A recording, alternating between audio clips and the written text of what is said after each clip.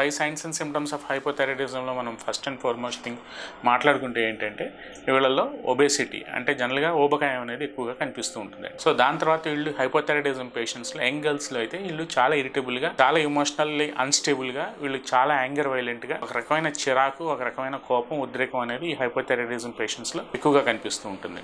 అలాగే వీళ్ళలో energy levels అనేవి చాలా తక్కువగా ఉంటూ ఉంటాయి. ఎందుకంటే వీళ్ళు చాలా ఎప్పుడైతే మనకి హైపోథైరాయిడిజంలో ఈ థైరాయిడ్ గ్రంథిలో ఎప్పుడైతే మనకి యాక్టివిటీస్లో ఇంబ్యాలెన్స్ వచ్చినప్పుడు జనరల్గా ఈ థైరాయిడ్ లెవెల్స్ ఎప్పుడైతే మనకి తగ్గిపోతూ ఉంటాయి, గ్రాడ్యువల్గా వీళ్ళలో ఎనర్జీ లెవెల్స్ తగ్గిపోయినప్పుడు ఎనర్జీ లెవెల్స్ ఎప్పుడైతే తగ్గుతాయో నెక్స్ట్ తగ్గేది మెటబాలిజం మీద ఎఫెక్ట్ అవుతూ ఉంటుందండి. ఎందుకంటే అలాగే థైరాయిడ్ గ్రంథి అనేది బాడీ యొక్క మెటబాలిజంని కంట్రోల్ చేస్తూ ఉంటుంది.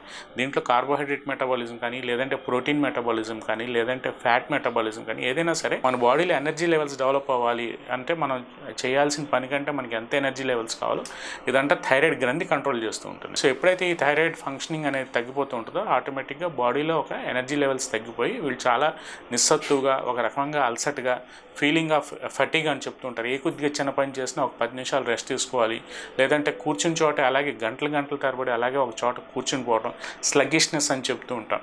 సో వీళ్ళు ఎక్కువగా నిద్రపోతూ ఉంటారు, ఎక్కువగా డల్గా, లేజీగా ఉంటూ ఉంటారు.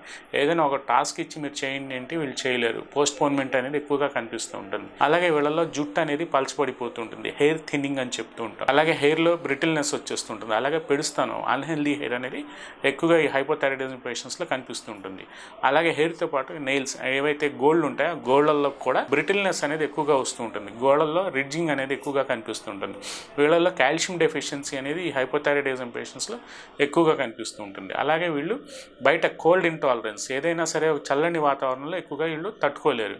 ఏదైనా సరే ఎక్స్ట్రీమ్ హీట్ కానీ, ఎక్స్ట్రీమ్ కోల్డ్ కానీ, ఏదైనా కొద్దిగా బాడీ బయట ఉండే న్యాచురల్ ఎన్విరాన్మెంట్స్కి తొందరగా వీళ్ళు అడాప్ట్ చేసుకోలేరు, అడ్జస్ట్ అవ్వలేరండి. వీళ్ళు ఎక్కువగా ఒక రకంగా మొద్దు అంటే ఒక రకంగా డల్గా, లేజీగా, ఎక్కడ బయట సోషల్ వెల్బీయింగ్లో కూడా ఎక్కువగా కలవలేరు. అలాగే వీళ్ళకి జీర్ణ వ్యవస్థ మీద కూడా ఎక్కువగా ఈ ఇంపాక్ట్ అనేది పడుతూ ఉంటుంది.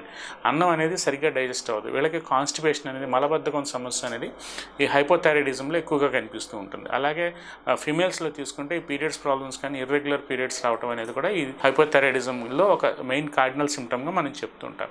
సో ఇట్లాంటి లక్షణాలు ఎవరైనా ఒక ఇండివిజువల్లో కనిపిస్తుంటే ఫస్ట్ అండ్ ఫార్మోస్ట్ మనం చెక్ చేసుకోవాల్సింది T3, T4, TSH. ఒకవేళ TSH లెవెల్స్లో కానీ, T3, T4 లెవెల్స్లో కానీ ఏదైనా ఇంబ్యాలెన్స్ ఉంటే ప్రామినెంట్గా మీరు ఏదైతే సిస్టమ్ యొక్క వాడుకోవాలనుకుంటున్నారో ఒకసారి క్వాలిఫైడ్ డాక్టర్ గారి దగ్గరికి అప్రోచ్ అయ్యి తద్వారా ట్రీట్మెంట్ తీసుకుంటే గ్రాడ్యువల్గా TSH లెవెల్స్ని మనం కంట్రోల్లోకి తెచ్చుకోవచ్చని ఈ వీడియో ద్వారా నేను చెప్పదలుచుకున్నానండి.